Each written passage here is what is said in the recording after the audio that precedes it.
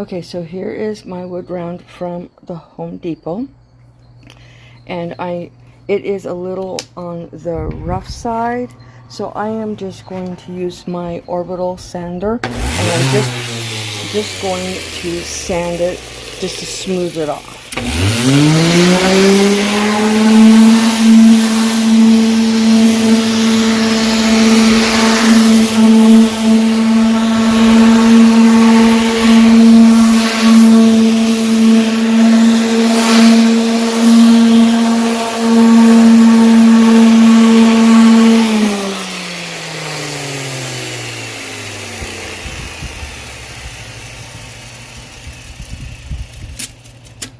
After I get done with both sides, then I'm going to do the edging, because the edging, you can see, is quite rough. So I'm just going to do that, and then I will meet you in the craft room.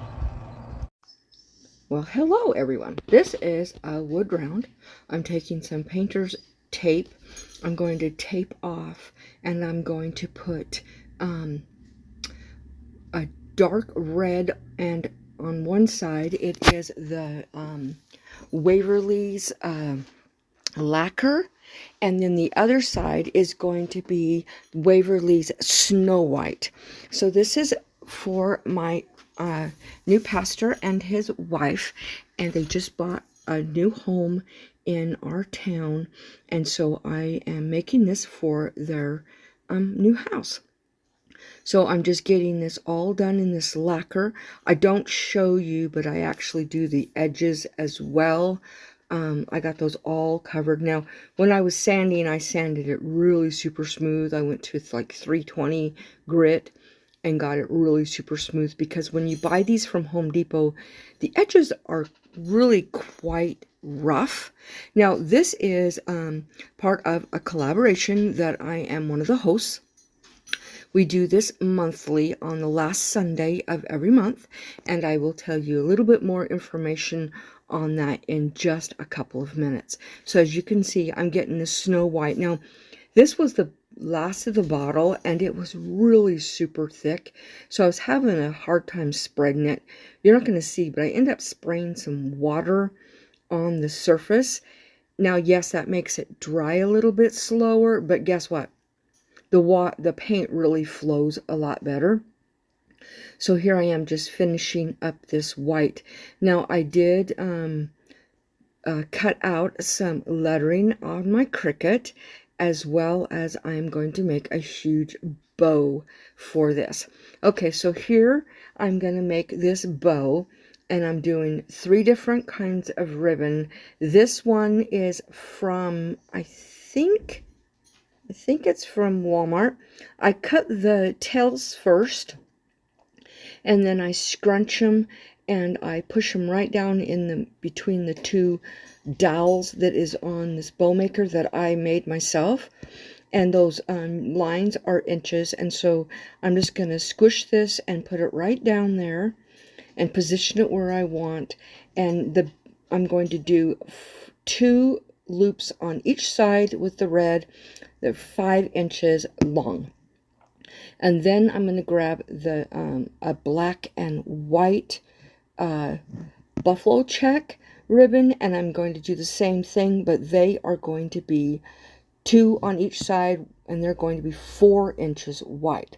So then I'm going to, and the buffalo check ribbon comes from Sam's Club, and then the last is going to be white burlap, or not white burlap, burlap with red dots. So I thought this would work really well. And I'm putting the tails, not all the tails are going to be in the very back. I wanted them to be with the color of the ribbon. So here I'm putting on the tails, and then I'm going to cut off that end piece of that burlap. I'll use that for another project down the road. Never know when you need a little bit of burlap. So here I am. I'm going to do the same thing, 4 inches long, or actually, I think I did the same as the 5. It's about 4.5, looks like, or about 4. And then I'm going to get those. I'm going to do 2 on each side, and then I'm going to do the other burlap. I'm going to use a pipe cleaner or Chanel stick, whatever you want to call it, or stem, to hook these together. Now, one thing I don't show on this video, I lost the footage for, was connecting the D-hooks on the back with the jute with the wire in the middle from the Dollar Tree, and then I wrap some felt around where I wrapped it together so that no metal can scratch, and that's why I got it so that they can hang it up on the wall, wherever they want to hang it. So here I'm going to do this. I did the tails. Now I end up doing 3 loops on each side. These are like 3 inches or 2.5 inches, and I wanted it to be fuller in the center. And once I get to the center, I put 1 loop in the center and tuck it in so that I catch it in the inside. Now, this is what I'm doing right now. Each time you have the ribbon, you twist it as you go to the next side in the center. That gives it more thickness in the center, and that's what you want. You don't want your ribbon to be flat. So here I am just adding that in there, and I'm going to flip it over and just twist that Chanel stem. And I think I added a little bit of felt after I cut it too, but I'm not sure. I may not have. Here I'm just poofing up this the ribbon so it is nice and poofy, and now I'm going to cut dovetails on all of the ends of all of the ribbon. You just fold it in half and you cut from the center outwards on an angle of the folded ribbon, and you get this dovetail. Then I'm going to sit this aside, and that's when I actually going to put the wording on this that I cut out from my Cricut. But first we're going to go to the information on this challenge in just a moment, as soon as I get done playing with this bow. You never have enough poofing. And I'm going to do it now, and then I'm going to turn around and do it again, just so I make sure that it is really nice and poofy. Okay, so this is the What Would You Make? We're making projects with wood. Of course, I'm making this wood round. The host is Zana from OK At Home, and myself, as well as JC with Crafting with JC. Down in the description box will be their channel links, as well as the playlist link. You're going to want to check it out. We have a lot of amazing creators that is always on this playlist, so you're definitely going to want to check it out after you're finished with my video. So let's get right back into this project. Okay, so here I am just getting all the letters weeded so that I can get these on here. Now, once I put it on the wood round, I am going to use outdoor Mod Podge. I don't know if this is going to be outdoor, so I decided I would protect it even if it isn't. So here I am just going to get this on here, and I'll be right back.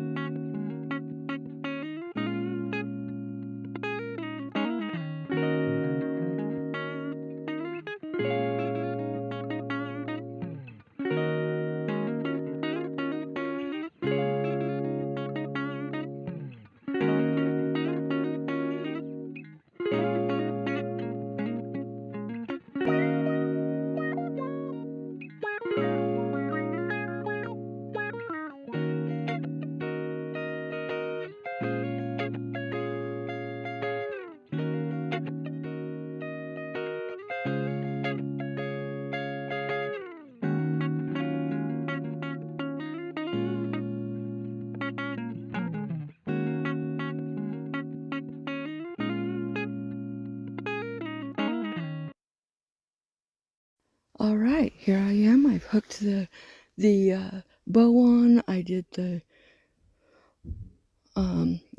hanger on the back. Also, I did that Mod Podge. Hope you guys really enjoyed this. Thank you for coming. Don't forget to check out the playlist, as well as I will have my other channel link and my Etsy shop link in the description box, as well as my QR code that's right here. You scan on it and it will take you right to my Etsy shop, where I have a lot of my paintings, plus, well, 10 of my paintings, and I will be adding more here in the next couple of weeks. So I hope you guys really have enjoyed this whole process, and don't forget to have the most blessed week. Call somebody and just check in on them, make sure that they are doing okay. And don't forget to be the Bible that somebody reads today. Bye.